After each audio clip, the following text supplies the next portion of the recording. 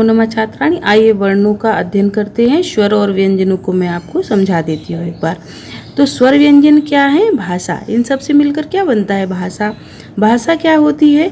जो हमारे विचार जो हमारे मन में प्रकट होते हैं वह हम दूसरे को कैसे बताते हैं। जो हमारे दूसरे को बताने के लिए जिस भी ये विधा का प्रयोग किया जाता है वही भाषा है ना। तो भाषा के द्वारा हम अपने विचारों को दूसरों तक पहुंचाते हैं। भाषा में अनेक ध्वनियाँ होती हैं।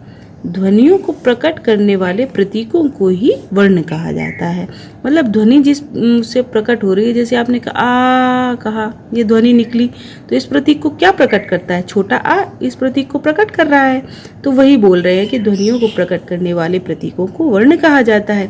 दो या दो से अधिक वर्ण जब मिलते हैं तो वे क्या बनते हैं? शब्द बनते हैं। अनेक शब्दों से मिलकर भाषा बनती है ना। तो वर्ण कितने प्रकार के होते हैं? दो प्रकार के होते हैं। एक स्वर होता है जिनको अच भी कहा जाता है, और दूसरा होते हैं व्यंजन, मतलब इनको हल भी कहा जाता है। अच और हल संस्कृत में बोलते हैं, स्वर और व्यंजन सभी भाषाओं में बोलते हैं। स्वर जिनका उच्चारण किसी अन्य ध्वनि की सहायता के बिना होता है ना। तो जो स्वर मतलब ऐसा बोल सकते हैं हम कि स्वर जो होते हैं उनको उच्चारित करने के लिए हमें किसी भी चीज़ की आवश्यकता नहीं होती, वे स्वयं में पूरे होते हैं, है ना। जैसे स्वर जो होते हैं वह जो उन्हीं को अच कहते हैं, तो वह क्या होते हैं? छोटा आ, बड़ा आ, छोटी ई, बड़ी ई, ऊ, री, ए, ऐ, औ, ये क्या होते हैं? स्वर होते हैं। यह कितने होते हैं? 3 प्रकार के होते हैं। ठीक है, तो 3 प्रकार के कैसे? ह्रस्व स्वर। इनका मतलब ह्रस्व मतलब ऐसे उच्चारण, इनका उच्चारण वैसे बोलेंगे आप शास्त्रों के हिसाब से तो इनका उच्चारण एक मात्रा का माना गया है। जैसे थोड़ा सा समय लगता है, कैसे?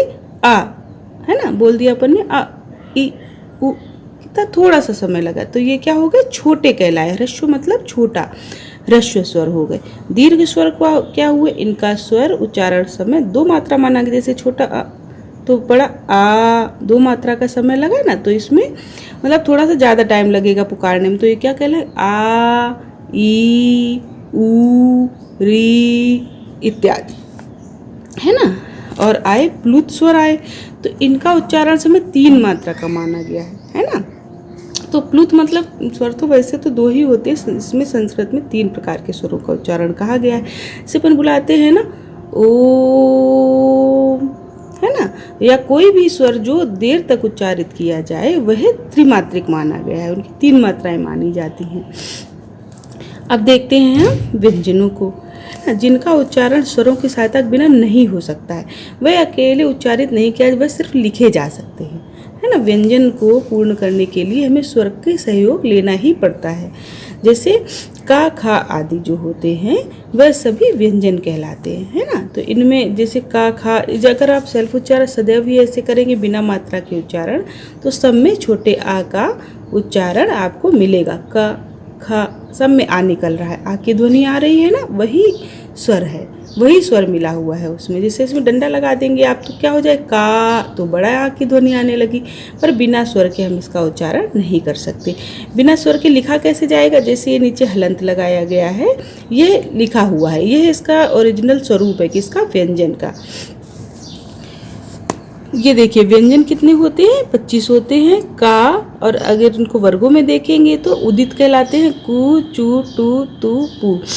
क, च, ट, त, पा, ये वर्ग होते हैं।